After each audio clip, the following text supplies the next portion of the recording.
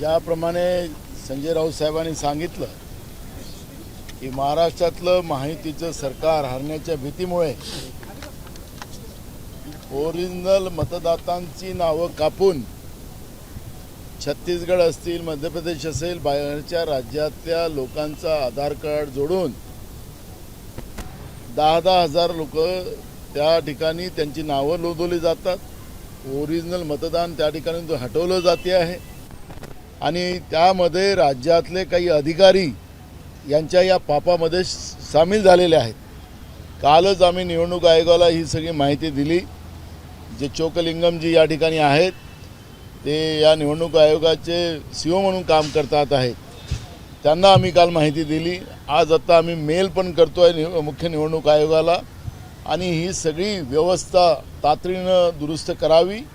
आणि आमचं तर अजून असं म्हणणं आहे की आज त्यांचं एक क्लोजर होतं आहे, तातडीनं ही यादी जाहीर करावी आणि 3 दिवस अजून पुन्हा त्याच्यामध्ये वेळ द्यावी की त्यामध्ये बोगस मतदान आलं आहे काय, पारदर्शक निवडणुका व्हाव्यात असं केंद्रीय निवडणूक आयोगाने निवडणुका जाहीर करत असताना सांगितलं. पण पारदर्शकता कुठेही दिसत नाही. म्हणजे झारखंडच्या DGची बदली होऊ शकते निवडणूक आयोगाच्या माध्यमातून, पण महाराष्ट्रातली DG बदलवायची झाली तर त्यांना अधिकार नाही. तर निवडणूक आयोग हे नरेंद्र मोदीच्या पायाशी बसलेले आहेत का, हाही प्रश्न या ठिकाणी निर्माण झालेला आहे. निवडणूक आयोगच पारदर्शक नसेल तर महाराष्ट्रातल्या लोकशाहीचा गळा घोटण्याचं पाप निवडणूक आयोगाकडून होत असेल हे कदापि महाराष्ट्रातली जनता सहन करणार नाही.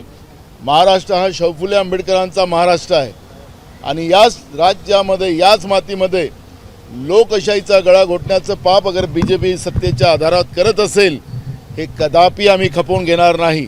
आणि म्हणून आज तुमच्या माध्यमातून आम्ही तर मेल करतोच आहे, पण तुमच्या माध्यमातून निवडणूक आयोगाला आम्ही सूचित करतो आहे की तातडीनं हे जे पाप चाललेलं आहे, लोकशाहीचा गळा घोटण्याचं काम सुरू झालेलं आहे, हे थांबवलं पाहिजे.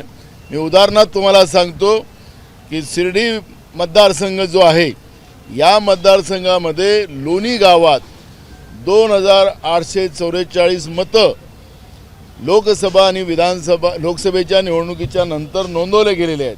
2,844 मतं एका गावात नोंदवले गेलेले आहेत. याचा अर्थ की कसं या पद्धतीचं हे पाप चाललेलं आहे. आणि शिर्डीमध्ये मतदान वाढवण्याचं आणि काँग्रेसची मतं, काँग्रेस विचाराची मतं, म्हणजे आता तर मला असं वाटतं की मुसलमानांची मतं, बौद्धांची मतं, दलितांची मतं, या सगळ्या मतालाच आता त्या ठिकाणून हटवायचं आहे.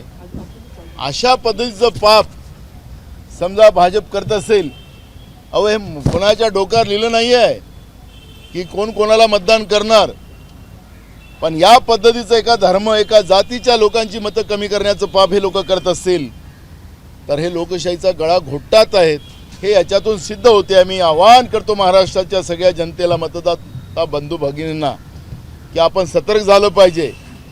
आज यांचे मतं कापले जातात, उद्या तुमचे कापले जातील आणि जे हुकुमशाही, जी तानाशाही नरेंद्र मोदीजींनी, भाजपनी या देशामध्ये आणलेली आहे ती पुन्हा या पद्धतीच्या पापामुळे सुरू राहणार आहे. आणि म्हणून सगळ्या मतदातांनी आता जागरूक झालं पाहिजे आणि आपली मतदान बरोबर आहेत की नाही हे तपासलं पाहिजे. हे आव्हान मी सुद्धा आपल्या माध्यमाच्या माध्यमातून या ठिकाणी करतोय.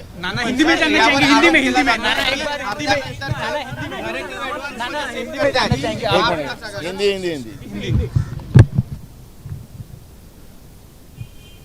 हम कल चुनाव आयोग के जो यहाँ पे CEO रहते हैं चोकलिंगम जी, कल उनके सामने हम गए थे महाविकास आघाड़ी करके. जिस तरह से वोटर लिस्ट में ही पाप करने का काम जो महाराष्ट्र में शुरू है उसके बारे में उनको अवगत कराया.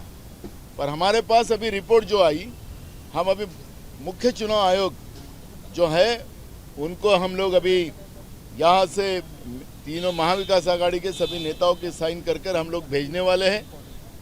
लेकिन महाराष्ट्र में जो लोकशाही के गला घोटने का काम चुनाव आयोग और महाराष्ट्र के कुछ अधिकारी उसमें इन्वॉल्व हो चुके हैं, बीजेपी के इशारे पे बाहर के राज्यों के लोगों के नाम इन्वॉल्व करते वहाँ का उनके आधार कार्ड लाए गए और जो ओरिजिनल वोटर्स है उनके नाम हटाए जाने का काम शुरू हो चुका है। कम से कम हर मतदान संघ में 10 से 15 हजार वोट इस तरह से कम करने का काम किया जा रहा है। मैं चुनाव आयोग को आह्वान करता हूँ, ये शाहू फुले आम्बेडकर का महाराष्ट्र है। ये महाराष्ट्र में जिस तरह से लोकतांत्रिक व्यवस्था का गला घोटने का काम शुरू है, ये कदापि महाराष्ट्र की जनता सहन नहीं करेगी। आप झारखंड के डीजी को बदल सकते, वो आपका अधिकार है, लेकिन महाराष्ट्र की असंवैधानिक जो डीजी बैठी है वो डीजी को हटाने का आपको अधिकार नहीं है, वो आपने प्रेस में कहा है।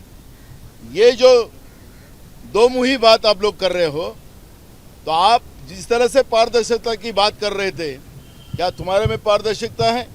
क्या मोदी जी के कदमों में आप लोग बैठे हो? हमने भी टीएन शेषन को देखा था, उन्हें जिस तरह से लोकतांत्रिक व्यवस्था को मजबूत करने के लिए जिस तरह से काम किया था, वो आज भी यहाँ छोटा बच्चा भी टीएन शेषन का नाम जानता है। क्या आप टीएन शेषन जैसे आप भूमिका नहीं ले सकते हो? तो इसलिए चुनाव आयोग ने तुरंत महाराष्ट्र के ये जो लोकतांत्रिक व्यवस्था का जो गला घोटने का काम जो बीजेपी कर रही है वो तुरंत रोकना चाहिए। मैं उदाहरण के लिए शिरडी विधानसभा की बात करता हूँ। एक गांव में लोकसभा के चुनाव के बाद लोनी करके गांव है, 2844 वोट वो एक दिन में वहाँ पे बढ़ाए गए। कहाँ से लोग आए? वहाँ के ओरिजिनल वोट वहाँ से गायब करना और बाहर के लोगों के वोटिंग वहाँ पे जमा करना, इस तरह के पाप हर जगह चल रहे हैं। और इसलिए तुरंत महाराष्ट्र की सरकार तो अपने पापों से मरने वाली है, लेकिन ये महायुति की सरकार को बचाने के लिए अगर चुनाव आयोग उनको मदद करते हैं तो कदापि महाराष्ट्र की जनता ये सहन नहीं करेंगे। हम पूरी ताकत के साथ महाराष्ट्र की जनता के साथ ये लड़ाई लड़ेंगे। समय है तो चुनाव आयोग के ऊपर पूरा मोर्चा लेके जाने की भूमिका भी हमारी रहेंगी। एबीपी माझा, उघडा डोळे बघा नीट।